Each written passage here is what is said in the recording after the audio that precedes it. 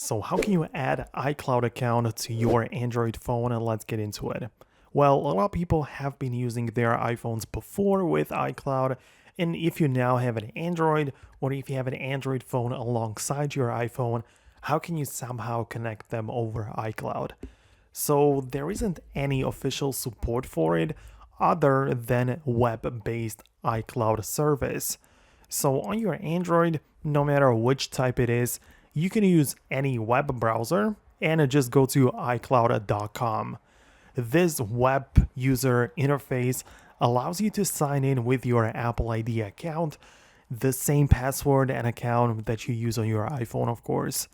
You just go through the security and authentication, and then you can access a bunch of different things in here.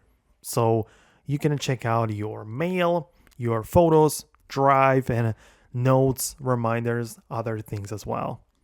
So this is how you can access it and add the iCloud account to your Android. If you really wanted to, you can tap on the more options within your browser and add it to your home screen as a shortcut if you really wanted to quickly access it, right?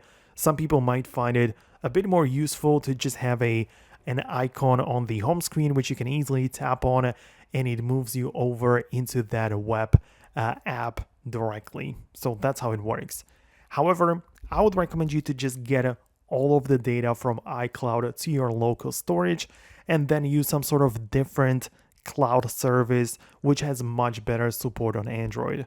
Something like Dropbox or Google Drive, OneDrive from Microsoft.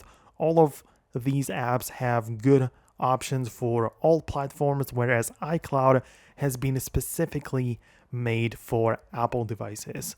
So it's not going to work the best on Android. So that's it. That's all that I really have to say or tell you about this. Let me know below in the comments if you have some experience with iCloud on Android.